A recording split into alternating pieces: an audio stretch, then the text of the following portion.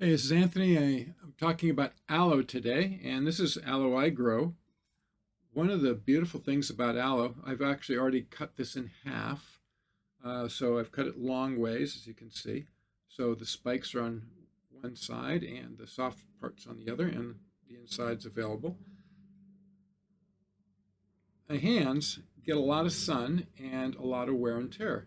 Simply by rubbing a little bit of fresh aloe on the outside of my hands, and I don't know, sometimes on my wrist, just because it feels good, to be honest, um, will rejuvenate and heal my skin. Now, I've in the past, it's like a week or two ago, I was cutting accidentally my finger.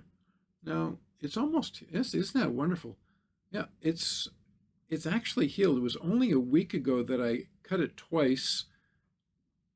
I thought fairly badly while I was reishi hunting, but it's already healed, and I can't even see any trace of the line or the scar. Now, they were nasty cuts because it was with a large knife and a sharp knife. So the fact that it's already healed quickly is a testimony to natural aloe, my body, and my ability to heal naturally and quickly. So that indicates a lot of essentially good nutrients in my body. And maybe some luck. I don't know. But right now, I'm using this fresh aloe, which is incredibly regenerative, on my hands.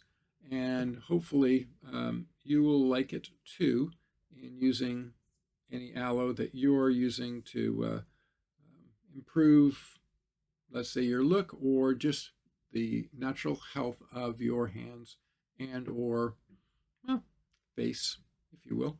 My name is Anthony. I'm a natural recovery coach. You'll find me at yourrehab.coach.